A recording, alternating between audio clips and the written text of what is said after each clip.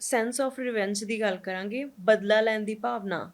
ਮਤਲਬ ਅਗਰ ਕਿਸੇ ਨੇ ਸਾਡੇ ਨਾਲ, ਚਾਹੇ ਕੋਈ ਛੋਟੀ ਜਿਹੀ ਵੀ ਚੀਜ਼ ਹੋਵੇ, ਉਹਨੇ ਮੇਰੇ ਨਾਲ ਇੱਦਾਂ ਕੀਤਾ ਤਾਂ ਮੈਂ ਉਹਦੇ ਤੋਂ ਬਦਲਾ ਲੈਣਾ।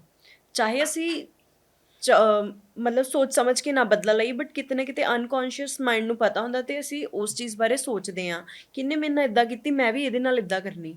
ਇਸ ਚੀਜ਼ ਨੂੰ ਕਿਵੇਂ ख़त्म ਕੀਤਾ ਜਾਵੇ?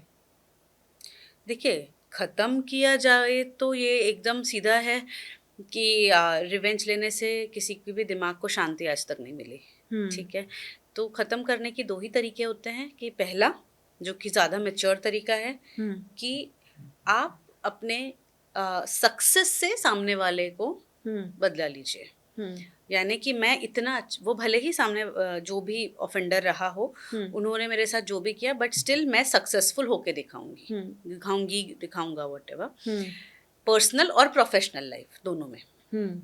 एक ये तरीका है कि आप जब खुश होंगे, आप सक्सेसफुल होंगे, तो सामने वाला अपने आप ही अपनी गलती रियलाइज करेगा। दूसरा है कि जिसने जो किया, मतलब जो ऑफेंडर है और जिनके साथ हुआ, यानी जो विक्टिम है जी, उन दोनों की आमने सामने बैठा के शांति से एक कॉन्वर्सेशन कराई जाए तो शायद क्लोजर मिल सकता है।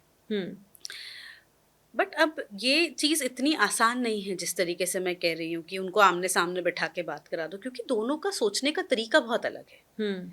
ठीक है? सबसे पहले जिसने गलत किया, उनका माइंडसेट में कहीं ना कहीं ऐसा है कि इतना ज़्यादा तो नुकसान हुआ भी नहीं है।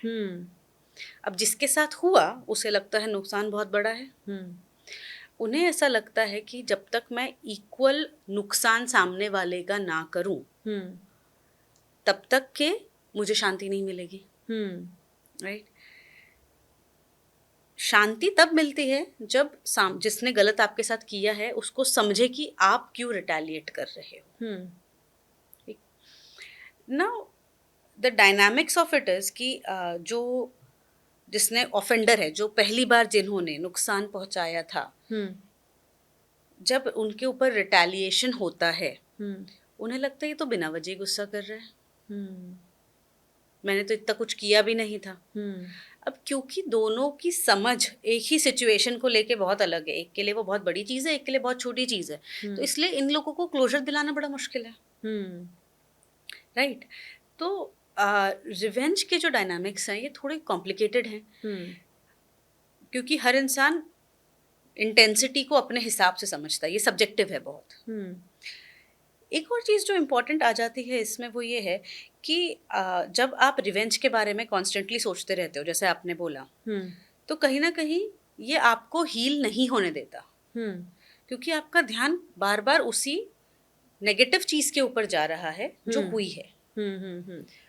आप खुद से शांत महसूस नहीं कर सकते। इवन रिवेंज लेने के बाद भी ऐसा देखा गया है कि उस प्रकार की खुशी नहीं महसूस होती जितना एंटिसिपेटेड है।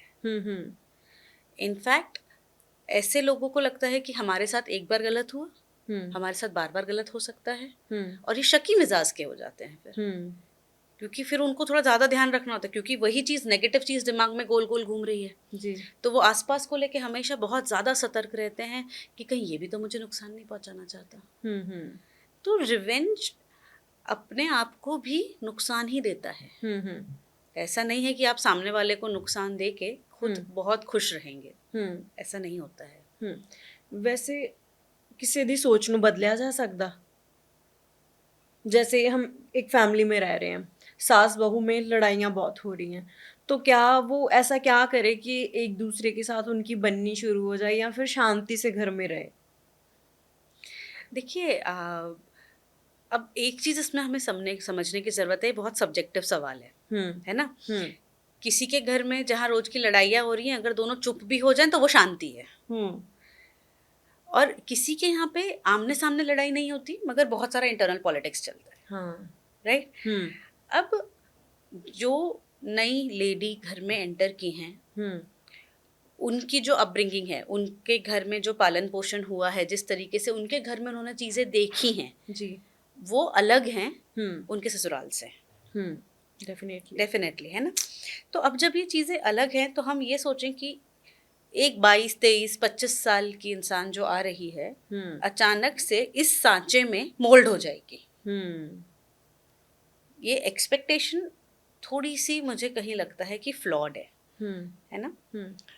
अब उन्हें समय लगता है एडजस्ट होने के लिए जी। अब जब मैं समय की बात कर रही हूँ तो मेरा मतलब है दोनों तरफ से। ससुराल वालों को भी उन्हें उतना समय और स्पेस देना पड़ेगा कि वो एडजस्ट हो पाए, और कहीं ना कहीं उन्हें भी एडजस्टमेंट्स करने पड़ेंगे ताकि एक बीच का रास्ता निकल पाए। बहुत सिंपल सा एग्जांपल लेती हूँ कि जैसे कि जो परिवार है उसमें सबको करेला पसंद है एंड जो बहू आई हैं नहीं उन्हें करेला नहीं पसंद है।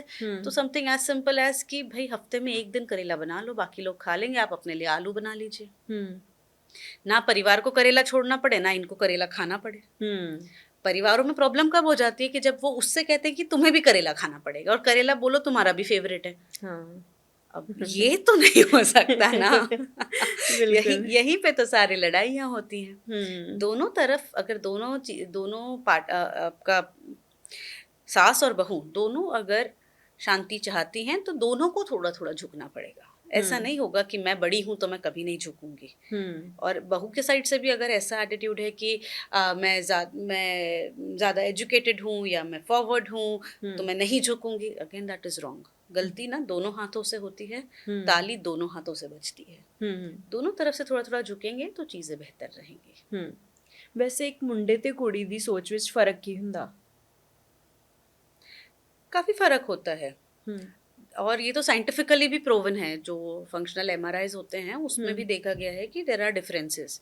जैसे कि लड़कियां ज़्यादा इमोशनली इंक्लाइंड होती हैं, लड़के ज़्यादा फैक्ट्स की तरफ ओरिएंटेड होते हैं।